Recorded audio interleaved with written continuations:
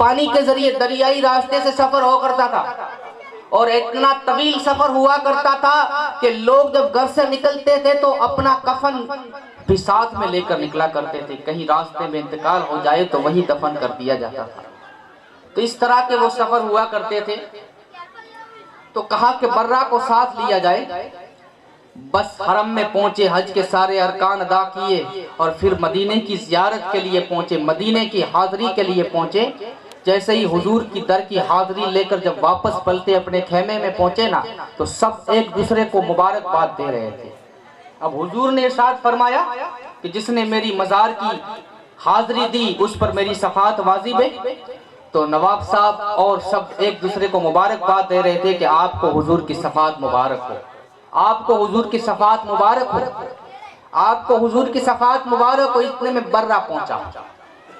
جب برہ نے دیکھا کہ یہ کیا کر رہے ہیں، برہ نے سنا تو ایک دوسرے کو مبارکباد دے رہے ہیں، تو اس نے بڑا بھولا تھا، اس نے اپنے بھولے پن کے انداز سے پوچھا، نواب صاحب یہ سب کو شفاعت کی مبارکت پہ بانٹ رہے ہیں، کیا معاملہ ہے، کیا آپ کو شفاعت مل گئی؟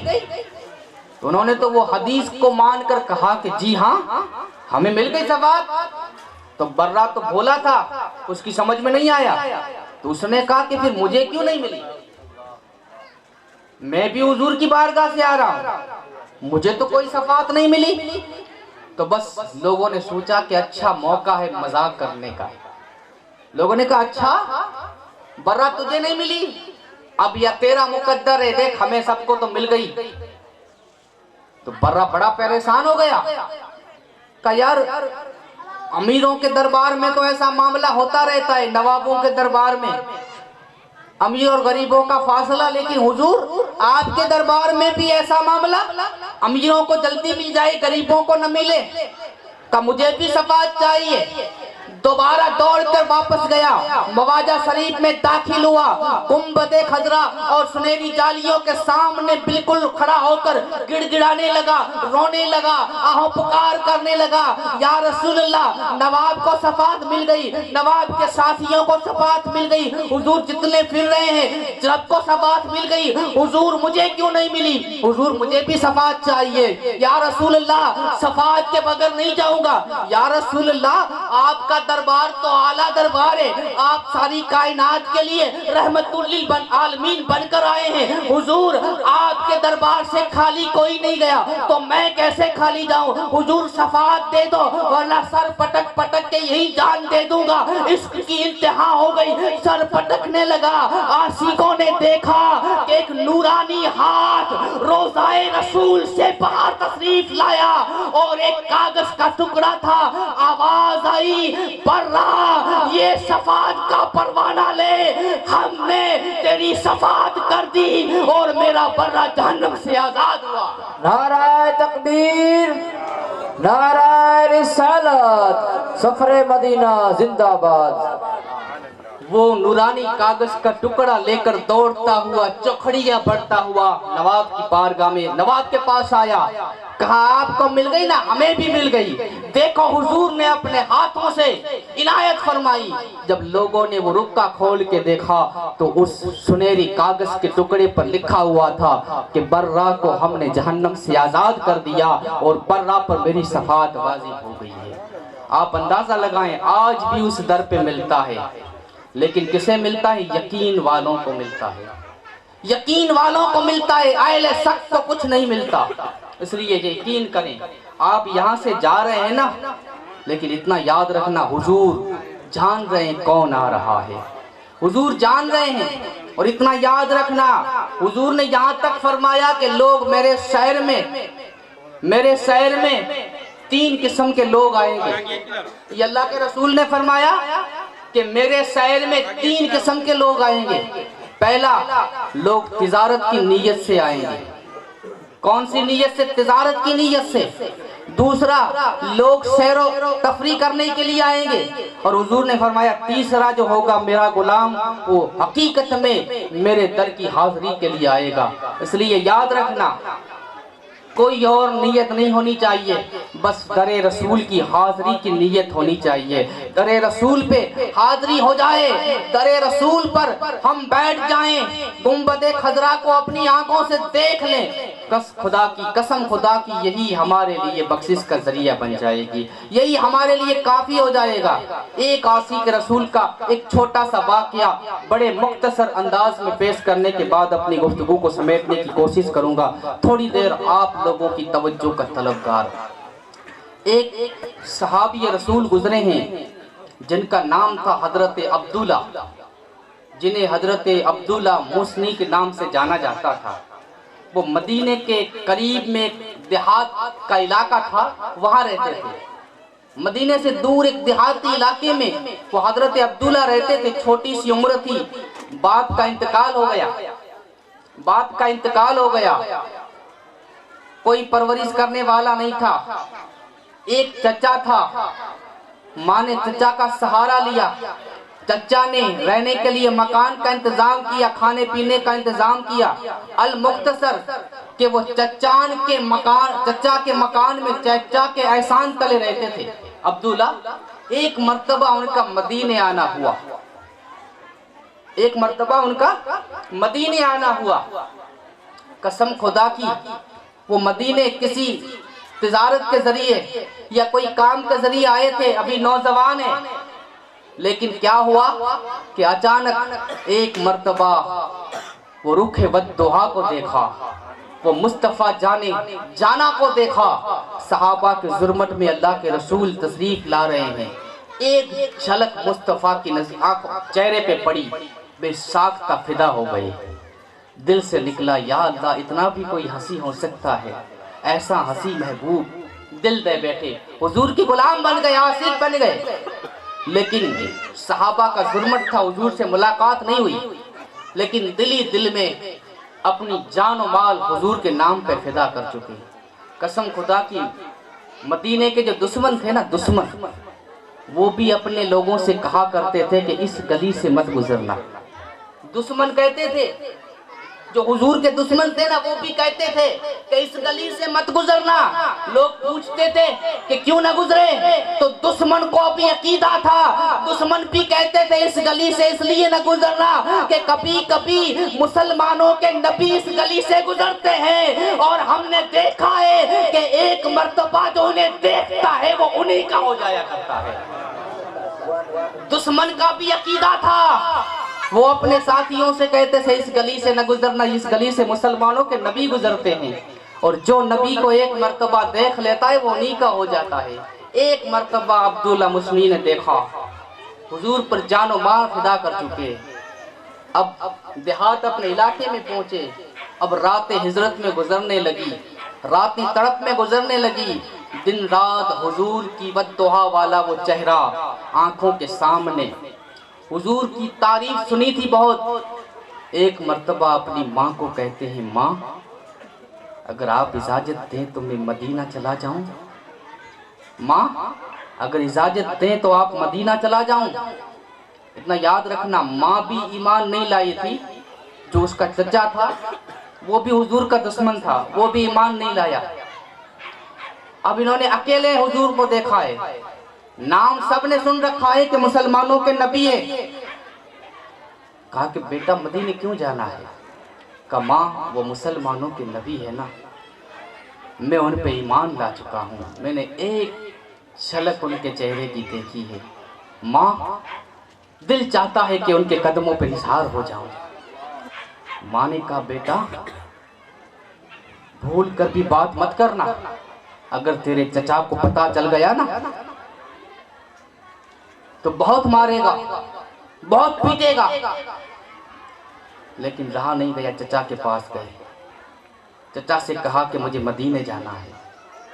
चचा ने बहुत मारा, बहुत मारा, बहुत मारा। कई दिनों तक जिस्म के जो निशान थे, जिस्म के जो जख्म थे वो भर नहीं पाए।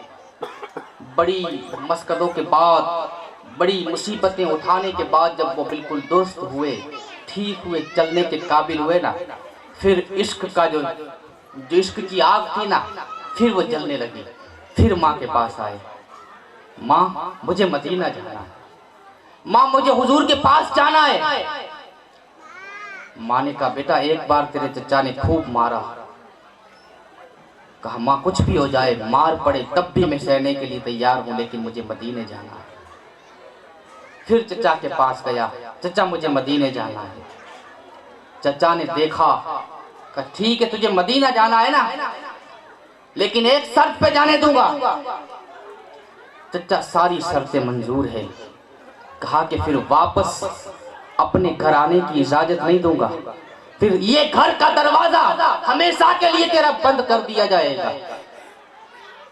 आप अंदाजा लगाएं, एक गैर शादीशुदा नौजवान जिसका बाप भी न हो, जिसके चचा के यहाँ वो रहता हो, और चचा कायदे के एक बार घर से निकल गया दोबारा घर में दाखिल नहीं करूंगा, तो फिर वो कहाँ रहेगा, कहाँ वक्त गुजारेगा।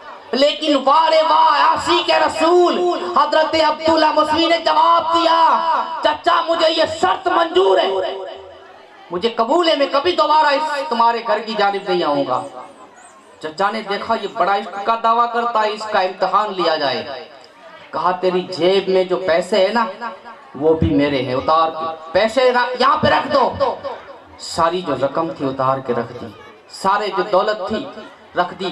कहा अब कुछ नहीं है, अब मुझे जाने की इजाजत दो।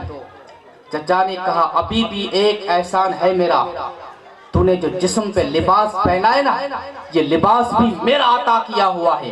अगर तुझे मदीने जाना है तो लिबास भी उतारना पड़ेगा। आप अंदाजा तो लगाएं, एक नौजवान की ऐब छुपाने के लिए दो कपड़ा कितना कीमती होता है।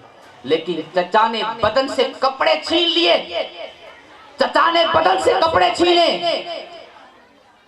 दौड़कर माँ के पास आए, दीवार के पीछे खड़े रहकर माँ के कहा माँ कोई ऐसा कपड़ा दे दे मैं अपने बदन को ढांक लूं। चचा ने बदन के कपड़े भी उतार लिए हैं। उस वक्त माँ ने कहा बेटा मेरे पास तो इतने पैसे नहीं है कि तुझे कुछ कपड़े खरीद कर दूं, लेकिन हाँ मेरे दो दुपट्टे हैं। माँ ने दुपट्टे उनकी तरफ फेंके, कहा जल्दी से दो दुपट्टे लेकर भाग जा, चला जा। माँ के दो दुपट्टे, एक दुपट्टा कमर से नीचे लपेटा, एक दुपट्टा माँ का था सर पे ओढ़ा, पैरों में कोई जूते नहीं। मदीना दूर है, सफर के लिए कोई साजो सामान साथ में नहीं है, न कोई खाने की चीज साथ में, न कोई पीने का इंतजाम साथ में, न कोई जूते साथ में, न सवारी साथ में, न कोई साथी साथ में। आप अंदाजा तो लगाएं, आजकल तो हम बड़ी एहतियात के साथ, बड़ी तैयारी के साथ, बड़ी साजो सामान के साथ हम प्लेन के अंदर बैठकर मदीने की तरफ बढ़ते हैं ना। वो आशिक के रसूल कैसा आशिक होगा, वो हुजूर का कैसा आशिक होगा। रास्ते में निकला है, क्या छोड़कर, सब छोड़कर, माँ छोड़कर, चचा छोड़कर, घर बार छोड़कर, यहाँ तक के बदन का लिबास छोड़कर हुजूर की बारगाह में निकला है। रास्ते में ख्याल आया अब्दुल्ला जिनके लिए सब छोड़ दिया वो तुझे जानते भी है या नहीं? जिनके लिए सब छोड़ दिया, पता नहीं एक नजर तूने देखा लेकिन महबूब ने तो तुझे देखा भी नहीं। क्या करेगा अगर महबूब ने पहचाना नहीं, महबूब ने अगर जाना नहीं, क्या करेगा? फिर दिल ही दिल करते हैं नहीं नहीं, महबूब की तारीफ तो सुनी है कि वो तो दुश्मनों के लिए भी चादरें बिछाया करते हैं, वो तो दुश्मनों के लिए भी रहमत है। चलो जो भी होगा मदीने में पहुंचकर होगा।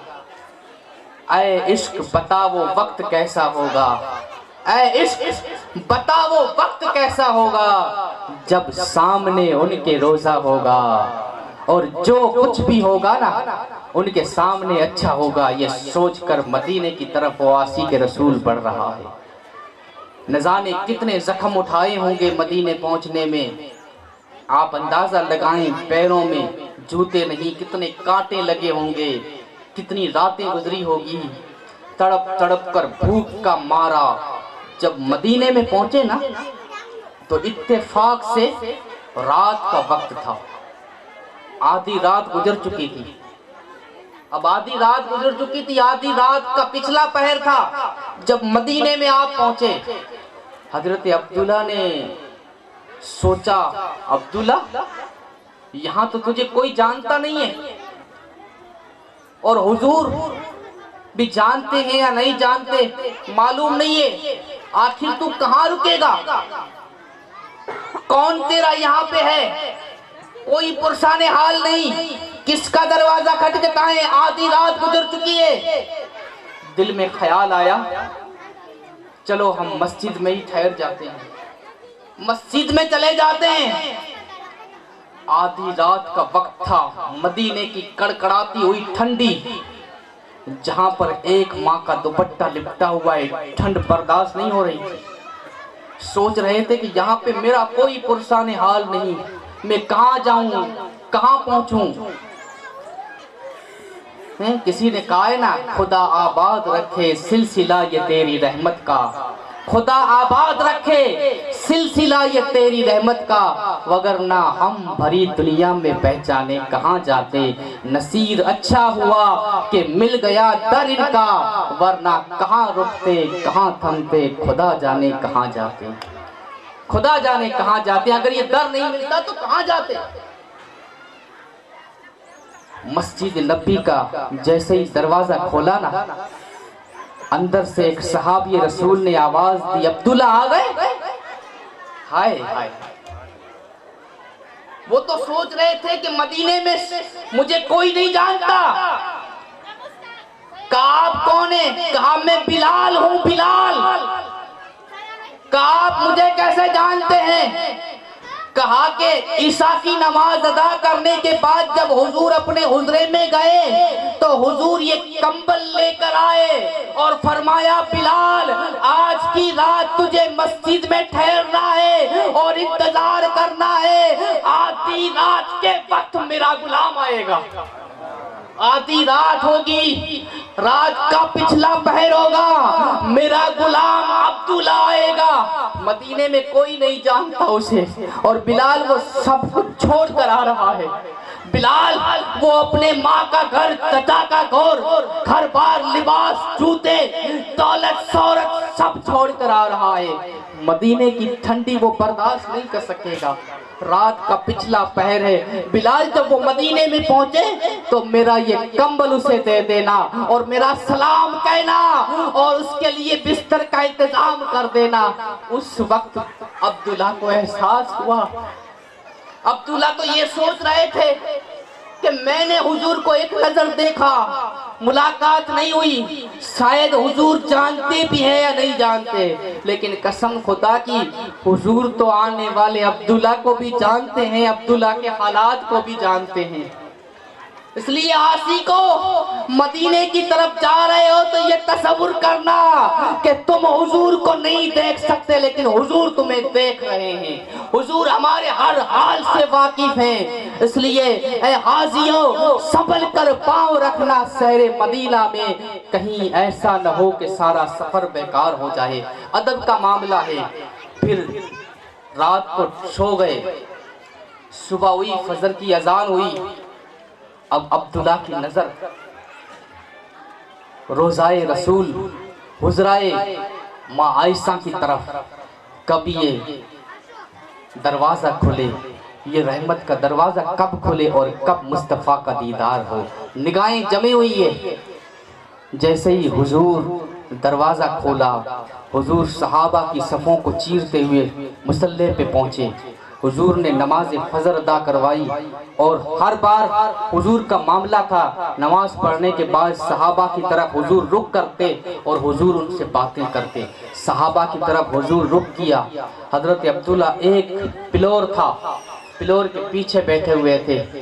قسم خدا کی حضور نے فرمایا عبداللہ ادھر آ، آئے ہائے عبداللہ ادھر آ، قریب بٹھایا۔ صحابہ کو کہا کہ یہ میرا وہ عبداللہ ہے جو سب کچھ چھوڑ کر یہاں آیا ہے، آج کے بعد اسے کوئی کچھ بھی یہاں نہ کہے، کوئی اسے کچھ بھی نہ کہے۔ اور پھر وہ حضور کے گھر میں رہنے لگے۔ آپ اندازہ تو لگائیں، جن کے قدموں کے لیے انتظار عرص اعظم کر رہا وہ عبداللہ کا نصیب دیکھیں کہ وہ حضور کے قدموں میں رہنے لگے ہیں۔ ایک مرتبہ मस्जिद नबी में सब लोग जिक्र कर रहे थे, तो हजरत अब्दुल्ला ने जरा जोर से जिक्र किया तो हजरत उमर फारूक ने डांट दिया। हजरत अब्दुल्ला को डांटा, कुछ नहीं बोले, क्योंकि घर से निकाले गए थे ना, और जब कोई घर से निकाला जाता है तो उसकी कैफियत मालूम होती है, उसे ही मालूम होती है कि जब कोई चाहने वाला फिर कोई डांट देता है ना, तो फिर वो डांट बड़ी दिल पे लगती है, दिल पे डांट लगती है। कसम खुदा की रोने लगे, आंखों को पार करने लगे। जब नमाज का वक्त हुआ तो अपने आंसुओं को छुपाते हुए वो पिलर के पीछे छुप गए, पिलर के छुपे छुप गए। हुजूर ने नमाज पढ़ने के बाद मिंबर पर हुजूर बैठे हुए थे, अचानक अब्दुल्ला पे नजर पड़ी। अब्दुल्ला की आंखों में आंसू थे। कसम खुदा की आप देखें, अगर हुजूर अब्दुल्ला को बुला ले ना, बुला ले कि अब्दुल्ला करीब आ, तो भी अब्दुल्ला की मेराज हो जाए ना, लेकिन हुजूर ने अब्दुल्ला को बुलाया नहीं। हुजूर मिंबर से खुद खड़े हुए, हुजूर मिंबर से खुद खड़े हुए और अब्दुल्ला की तरफ हुजूर बढ़े और अब्दुल्ला के करीब बैठकर उनके आंसुओं को पोंछकर फरमाया, अब्दुल्ला क्या हुआ, अब्दुल्ला क्या हुआ, क्यों रो रहे? अब्दुल्ला ने कोई जवाब नहीं दिया, बस हुजूर ने पूछा ना, और ज्यादा मार मार हुजूर के कंधे पर सर रख के धाड़े मार मार के रोने लगे। हजरत उमर फारूक आए और हजरत उमर फारूक ने कहा, या रसूल अल्लाह, शायद सुबह में मैंने इनको डांटा ना तो मेरी डांट की वजह से ये हो गया। उस वक्त हजरत अब्दुल्ला से पूछा गया, अब्दुल्ला क्या यही वजह है? हाँ हुजूर, हाँ यही वजह है। उस वक्त हुजूर ने तमाम सहाबा को जमा करके फरमाया, आज के बाद मेरा अब्दुल्ला कुछ भी करे, आप देखिए कुछ भी करे, इतना बड़ा एहसास किसी को नहीं मिला। हुजूर ने फरमाया कि आज के बाद मेरा अब्दुल्ला कुछ भी करे, कोई उसे कुछ नहीं कह सकता, कोई उसे कुछ न कहे। फिर उसके बाद बड़े नाजों के साथ सहाबा उनका अदब किया करते थे, लेकिन किस्मत ने साथ नहीं दिया। एक छोटी सी उम्र के अंदर, एक छोटी सी बीमारी के अंदर आपका विसाल हुआ, आपका विसाल हुआ, आपका इंतकाल हुआ। अब देखिए, अरब के अंदर भी यही मामूल था और इधर भी हमारे यही मामूल है कि अगर किसी का इंतकाल हो जाए तो उसके कफन दफन का इंतजाम उसके घर वाले करते हैं ना। अगर किसी का इंतकाल हो जाए तो फिर कफन दफन का इंतजाम कौन करता है? घर वाले करते हैं। लेकिन अब्दुल्ला का तो कोई घर वाला नहीं था, अब्दुल्ला का कोई घर वाला नहीं था, सब हुजूर के नाम पर छोड़ कर आए थे। हुजूर ने फरमाया, अबू बकर, उमर, करीब आओ, अब्दुल्ला के कफन दफन का इंतजाम में तुम्हें सौंपा। अब्दुल्ला को गुस्ल अबू बकर और उमर देंगे, उसे कफन अबू बकर और उमर पहनाएंगे। अंदाजा तो लगाएं, वो जलील कद्र सहाबा जिनके हाथों से अब्दुल्ला को कफन मैसर हुआ, और जब गुस्ल भी हजरत अबू बकर और उमर ने दिया और कफन भी उन्होंने पहनाया ना, तो शायद उनके दिल में ख्याल था कि आखिरी बार क्या होता है, जब कब्र के करीब ले जाते हैं ना, तो घर वाला होता है ना, वो कब्र के अंदर उतरता है ना, घर वाला कब्र के अंदर उतरता है। तो अबू बकर ने सोचा कि मैं उतरूँ, उमर ने सोचा कि मैं उतरूँ, लेकिन हुजूर ने कहा ठहरो, किसी को नहीं उतरना, अब्दुल्ला की कब्र में मैं उतरूँगा, अब्दुल्ला की कब्र में मैं उतरूँगा। और हुजूर अब्दुल्ला की कब्र में, सहाबा ने देखा कि हुजूर की आंखों में आंसू, और इतने आंसू कि हुजूर की आंखों से आंसू दाढ़ी तर होकर अब्दुल्ला की कफन पे पड़ी। अब्दुल्ला के कफन पे हुजूर के आंसू गिर रहे थे। एक और अब्दुल्ला साहब ये रसूल थे, उन्होंने दिल में तमन्ना की कि काश या अल्लाह ये अब्दुल्ला मैं होता, ये अब्दुल्ला मैं होता।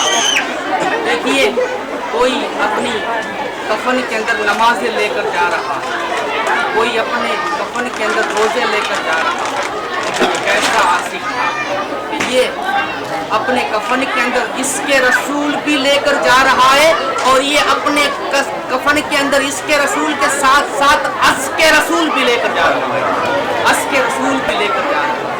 इसलिए आशिक जो उनकी जानिब जाते हैं ना, बड़े नाजों से उठाए जाते हैं, बड़े नाज उठाए जाते हैं आशिक उनके। इसलिए मेरे प्यारे अजीज दोस्त, उस शहर में जितने भी दिन तुम्हें रहना हो, उस एक एक लम्हे पर ख्याल रखना, کہیں کوئی بے ادبی کا معاملہ سامنے نہ آ جائے، اس لیے کہ وہاں پر جو بھی انعام دیے جاتے ہیں ادب والوں کو دیے جاتے ہیں۔ اسی پر میں اپنی گفتگو کو سمیٹتا ہوں۔ پھر سے ہمارے جتنے بھی مدینے کے مسافر ہیں تمام مسافروں کو تہہ دل سے میں مبارکباد پیش کر رہا ہوں، اور دعا کریں کہ اللہ پاک ہم گنہگاروں کو بھی بار بار اندر کی حاضری نصیب فرمائے۔ اللہ تعالیٰ یا نبی سلام علیکہ، یا رسول سلام علیکہ، یا حبیب سلام علیکہ، دعا کر ہم در آقا پہ جا کر پہلے کچھ آنسو بہا کر، پہلے کچھ آنسو بہا کر، پھر کہے سر کو جھکا کر، یا نبی سلام رسول سلام علیکہ، یا حبیب سلام علیکہ،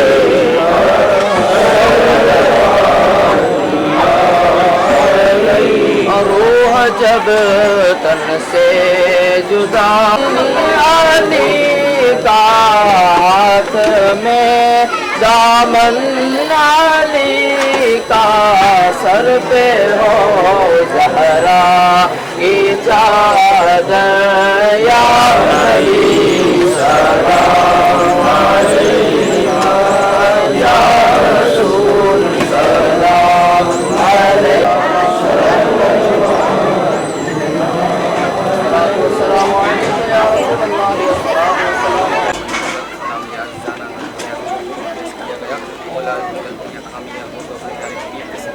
فرما صحیح کا ثواب مولا تیری تیرے پیارے حبیب مصطفیٰ کریم سبحان اللہ پیش کر کے مولا قبول فرما۔ خلاف نبی سجا ربیہ کرام صحابہ کرام صحابہ کرام تابعین بندگان شہداء کربلا اور تمام اولیاء کرام کی بارگاہ میں پیش کر کے مولا قبول فرما۔